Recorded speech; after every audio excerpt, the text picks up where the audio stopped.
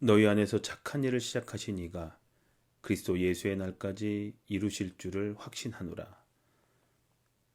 이 말씀을 마음에 품고 주님과 동행하는 복된 하루 되시기를 기도합니다.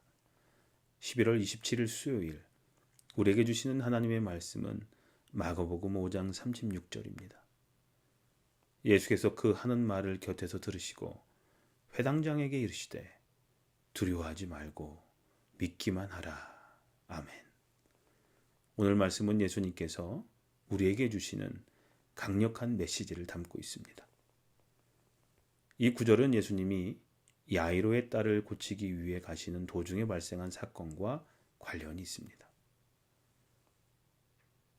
야이로는 그의 사랑하는 딸이 병들어 죽어가고 있다라는 소식을 듣고 예수님께 간청합니다.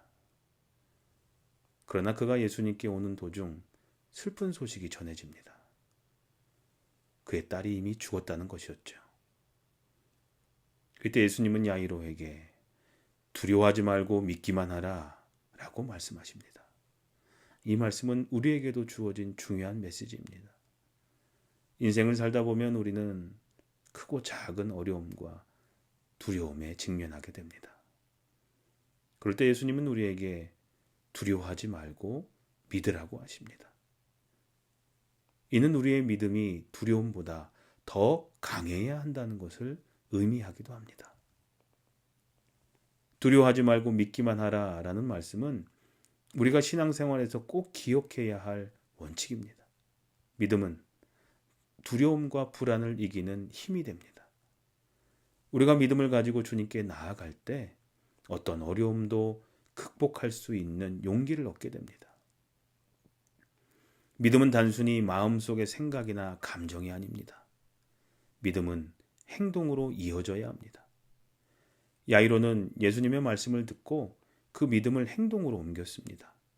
그의 딸이 죽었다는 소식을 들었음에도 불구하고 그는 예수님을 따라갔습니다. 이는 우리가 믿음을 가질 때 그 믿음이 우리의 삶에서 실천되어야 함을 보여줍니다. 사랑하는 성도님들, 우리의 삶에서도 예수님께서 말씀하신 두려워하지 말고 믿기만 하라 라는 메시지를 기억해야 할 줄로 믿습니다. 어려운 상황에 처했을 때 우리는 믿음을 가지고 하나님께 나아가야 합니다. 우리가 가진 두려움과 걱정을 내려놓고 주님께 우리의 모든 것을 맡길 때 하나님은 우리의 삶을 변화시키실 것입니다. 하나님께서는 우리가 믿음으로 나아갈 때 놀라운 일들을 행하십니다.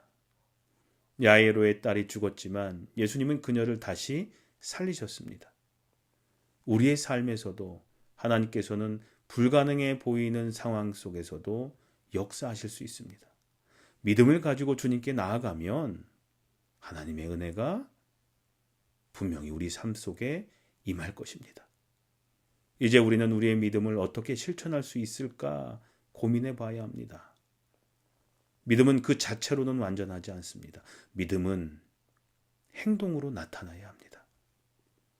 신앙생활에서 중요한 것은 단순히 말씀을 듣는 것이 아니라 그 말씀을 삶으로 살아내는 것입니다. 오늘 하루 예수님께서 말씀하신 대로 믿음을 가지고 살아가십시오.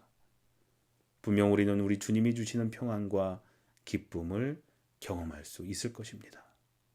기도하시겠습니다. 하나님, 오늘 저희가 두려워할 때마다 주님의 말씀을 기억하게 하시고 믿음으로 나아가게 해 주시옵소서.